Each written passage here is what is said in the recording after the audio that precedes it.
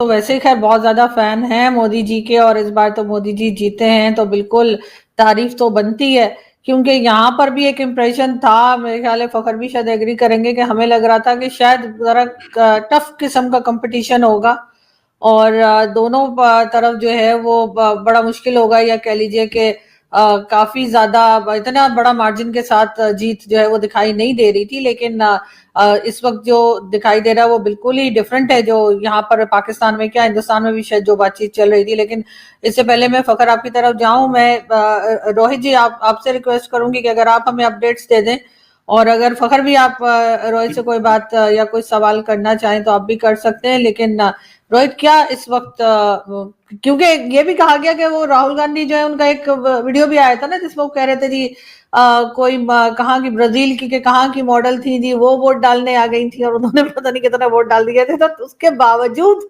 जो है वो ये जो मार्जिन है वो इतना ज्यादा कैसे हो गया कि बहुत कम, मेरे ख्याल 34 के 36 सीट्स नजर आ रही थी जो मैंने जब तक देखा था टीवी पे कांग्रेस की। कांग्रेस और महागठबंधन, मतलब कांग्रेस एंड तेजस्वी यादव दोनों की मिलके सिचुएशन ये थी कि 1.5 महीने पहले से 2 महीने पहले तक जितने भी लोग बिहार से आ रहे थे सब बोल रहे थे 50-50 लेकिन पिछले 2 महीने में डेवलपमेंट्स बहुत रहे।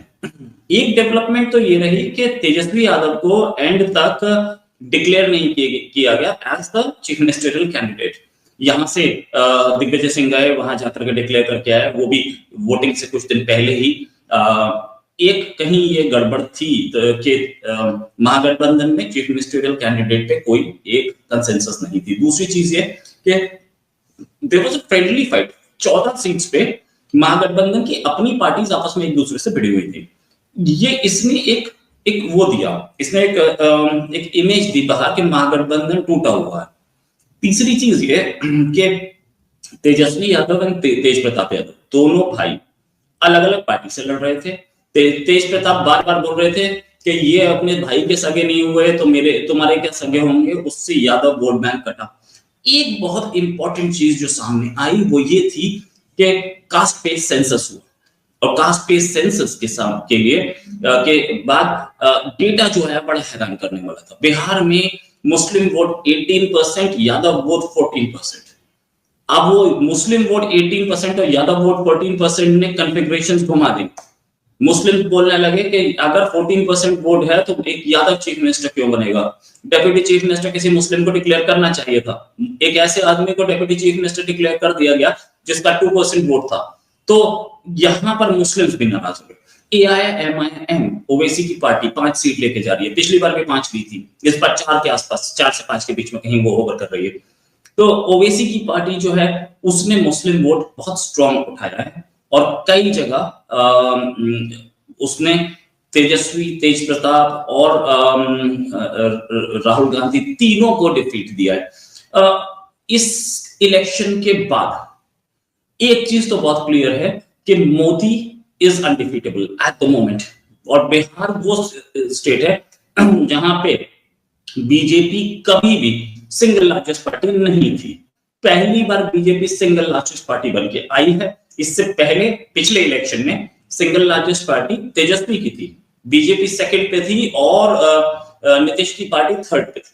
तो ये देखने की बात है कि अब हम आगे BJP is hovering somewhere around 90, और 30 सीट्स की जरूरत है उसको बीजेपी को अपने ही सिंगल हैंडेड मेजॉरिटी के लिए, वो नहीं है।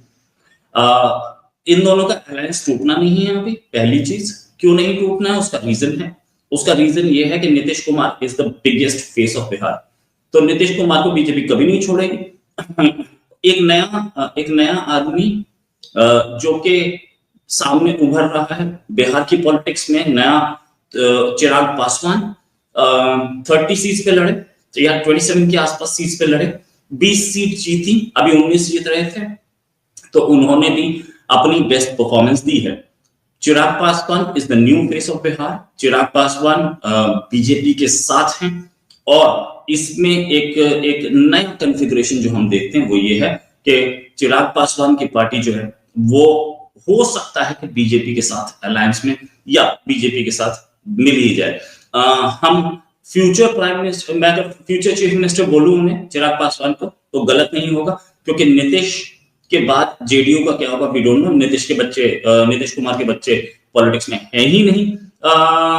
एक चीज और, कि प्राइम मिनिस्टर मोदी ने वो मोदी मैजिक जो पिछले 25 साल से हो रहा है, वो मोदी मैजिक तो रिपीट किया है, रिपीटेड। प्रशांत किशोर जो कि ये बन के आए थे, सोच के आए थे कि मैं कहीं डेंट दे दूंगा बीजेपी को, नहीं दे पाए, 0 सीट्स पे खड़े हैं। उनके ऊपर बहुत आरोप लगे कि पैसे दे करके टिकट्स बेचे गए, 1 सीट नहीं जीत पाए।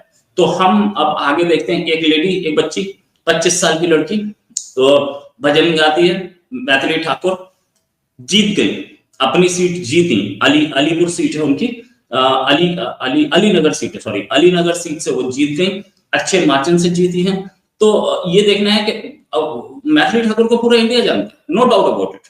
वो यूट्यूब पर भजन गाती थी और उसके बाद वो भजन ही गाती रही, और वो जब 10 साल के आसपास थी तब से भजन गा रहे हैं।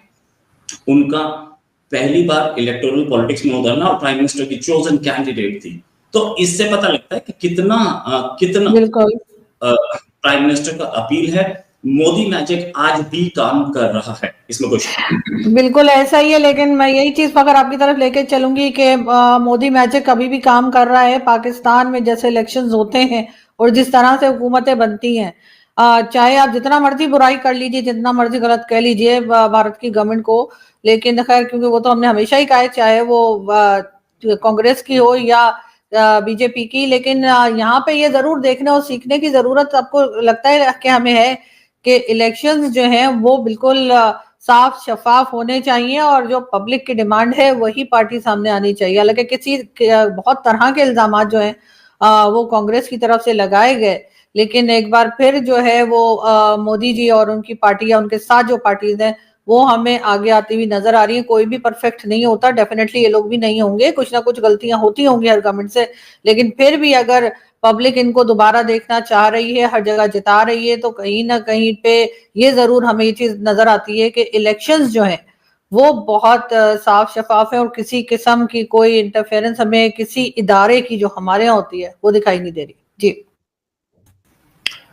जी बिल्कुल, मेरे ख्याल में ये एक बहुत बड़ा, क्योंकि 140 करोड़ जनता का मुल्क है और दुनिया की सबसे बड़ी पॉपुलेशन है, और यकीनन उस हिसाब से फिर जो इलेक्शंस होते हैं तो वो भी उस लेवल के होते हैं कि 140 करोड़ में फॉर एग्जांपल अगर 80 या 70 या 90 करोड़ लोग अगर या 1 अरब लोग वोट डालते हैं तो फिर आप सोचें कि कितना बड़ा प्रोसेस होगा। तो बल्कि मैं एक वो सुन रहा था एक कॉमेडियन को, तो वो कह रहे थे कि जी 5 मिलियन की पॉपुलेशन है, तो कहते हैं इतने तो लोग गायब हैं इंडिया के, उससे ना पता भी नहीं चलता, यानी इस तरह का इतनी बड़ी पॉपुलेशन रहती है। तो अगर उसको आपने देखिए हैंडल करना है, या वहां पे जो सिस्टम उन्होंने बनाया हुआ है, बेशक हम जो मर्जी कह दें, इंडिया के साथ पाकिस्तान के बहुत सारे डिफरेंसेस हैं, लेकिन इलेक्टोरल सिस्टम की तारीफ उनकी की जाती है। आप किसी से भी ये नहीं सुनेंगे पाकिस्तान में कि वो कहेंगे नहीं जी इंडिया का इलेक्टोरल सिस्टम जो है वो कोई जो रिटर्निंग ऑफिसर होता है या कोई और होता है वो इधर उधर हेरा फेरी कर देता है और मतलब जो जीता हुआ होता है उसको हरा देता है और जो हारा हुआ होता है उसको जिता देता है। ये चीज आपको नहीं मिलती। यही वो मेन डिफरेंस है हमारे और इनके दरमियान।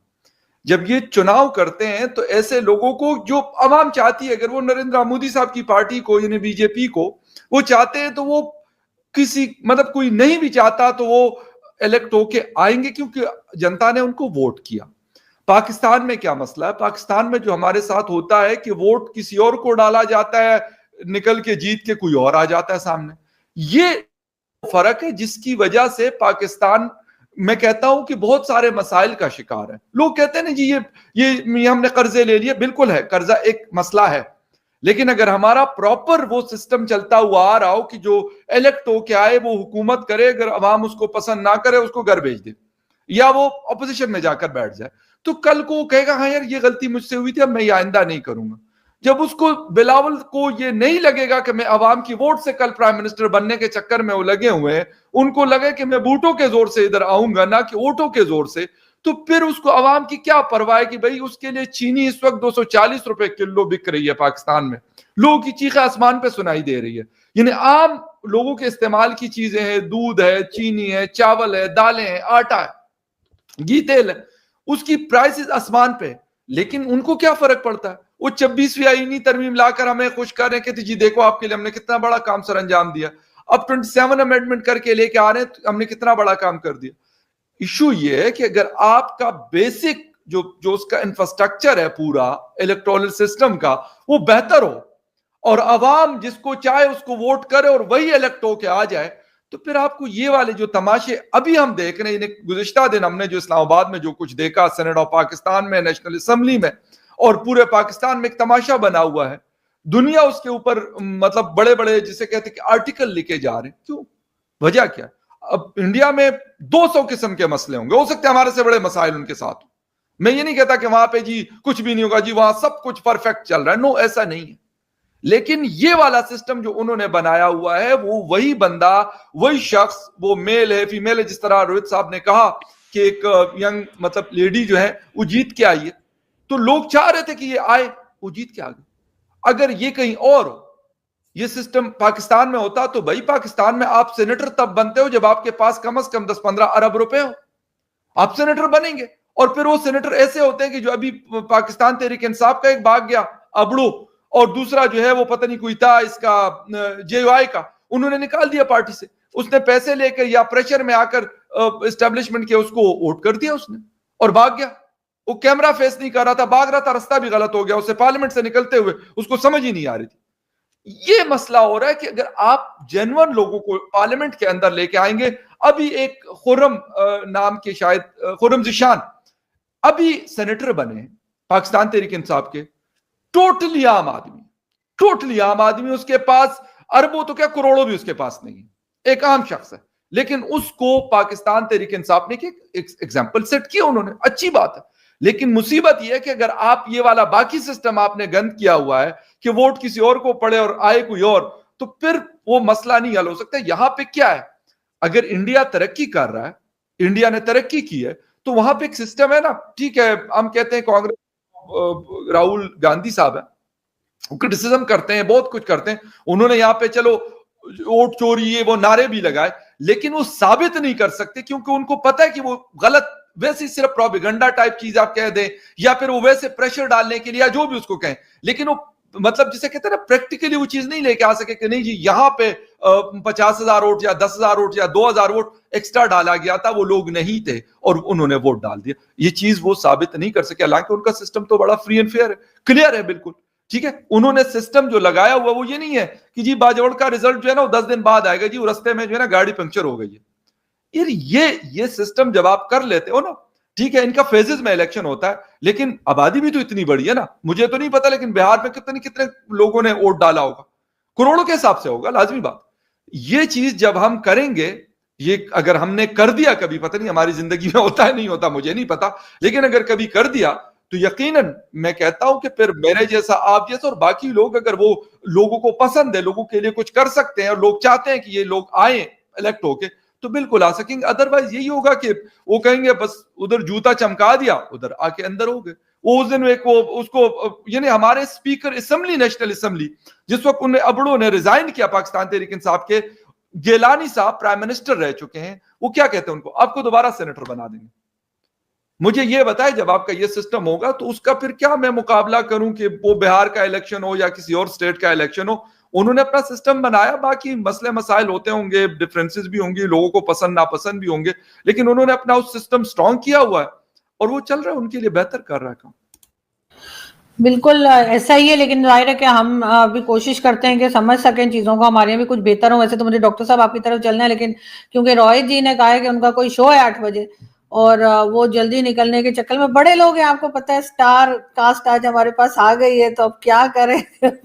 तो मुझे रोहित जी, आप डॉक्टर साहब से पहले आप जरा बता दें कि कांग्रेस की बार बार हारने की, जो मेरा ख्याल है, अभी आज किसी ने ट्विटर के ऊपर लिखा भी था कि 94 टाइम इलेक्शन हार चुके हैं, तो आपको क्या लग रहा है कि ये बार बार क्यों हारते चले जा रहे हैं? देखिए, एक चीज तो समझ में आनी चाहिए कि अगर आप नहीं चल पा रहे हैं तो जबरदस्ती क्यों घसीटा जाए। आप खुद तो डूब रहे हैं, साथ में कांग्रेस को भी डूबो रहे हैं। बिहार विधानसभा चुनाव 2025 में नेशनल डेमोक्रेटिक अलायंस एनडीए को 243 सीटों में से 202 सीटें मिल गई हैं। इस जीत के साथ एनडीए ने स्पष्ट बहुमत हासिल कर लिया है और भाजपा जदयू की जोड़ी फिर सत्ता में पुनः पुष्टि हुई है। Double engine model Modi ji और नीतीश जी की जोड़ी ने मिलकर एक प्रभावशाली छवि बनाई, जिसे लोगों ने भरोसा दिया।